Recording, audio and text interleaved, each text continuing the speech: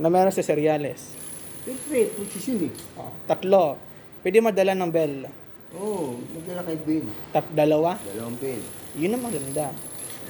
Oo. Ano tatay dito? Ano masasabi mo kay JC? Lalo daw may sakit yun eh. Di nararapad serve.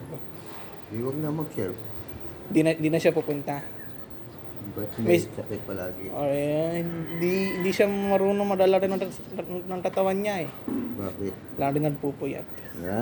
Puro gadget. Tapos lalo yung bebe time. Di ba, hindi tama yung tato dito? Kahit unahin ng Diyos at unahin yung katawan, unahin yung... Huwag yung bisyo. Kasi ang dami niya sinasabi magsaserve siya pero hindi naman siya nagsaserve. Kaya pinangangako na hindi tumutupad. Di ba tama yung tuya Hindi tatay kita dito? kasalanan. Nagsisinungaling, di ba? Oo. Hindi naman ginagawa yung...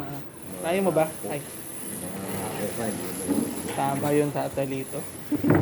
Pero ML lang, siyempre, may sakit eh. Ha? May sakit eh. Paano man hindi magkakasakit kung TikTok?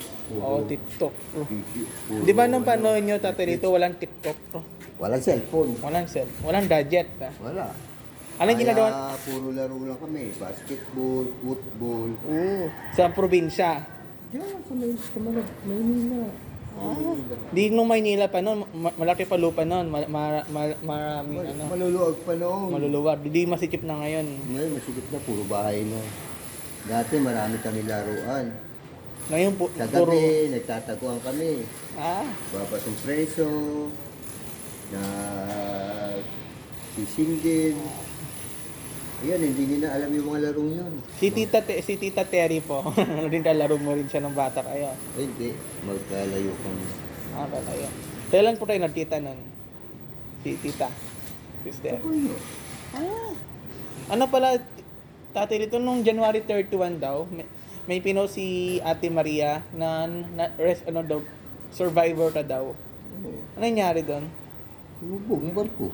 Ano lumubog? Bakit nangyari? Malaki alon eh. Saan yan? Sa Taiwan? Sa Pacific. Buti nga ano tayo. May rescue. Oo. And, mga namatay naman. May mission. Namatay daw, hapon eh. Hindi. Buhay yung phone. Pinoy. Pinoy. Puro Pinoy namatay. So, naano naman yung kumpanya ni binigyan sila ng pera. Maliit lang bigay sa amin. Ay, yung mga namatay. Maliit lang yun. Wala pa nga 1 milyon.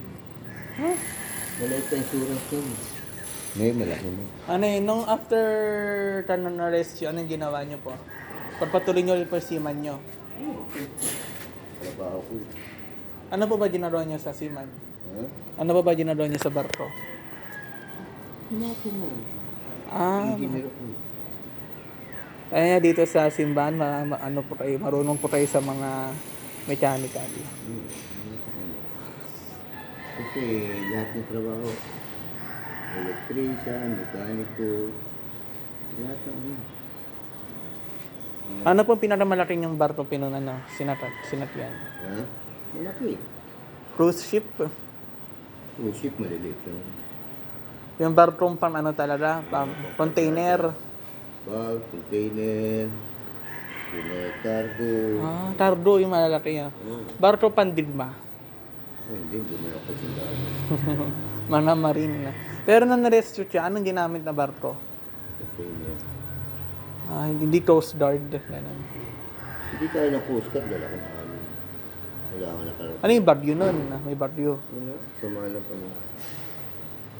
Normal yun doon, basta January, maalin doon. Maalon talaga sa Pacific. January, February, maalin. Pero nung bakasyon naman, di naman maalon. Tuwing mga bakasyon, boss. July, March, April, May, June, July. Kahit saan maalin. Pero honest nun, tatay dito, na ano pa kayo, nakita kayo ng isang barko. Diba alam mo yung sa Titanic, yung barko nila, kahit mayroong pinakamalapit na barko, hindi sila pinansin na. Ano naman wala pang radyo ng araw. Hindi alam yung nangyayari.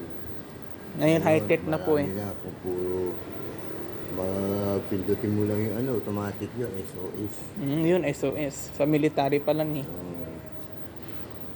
Baka na agad yun. Mapirata ka nga lang, mag-SOS ko.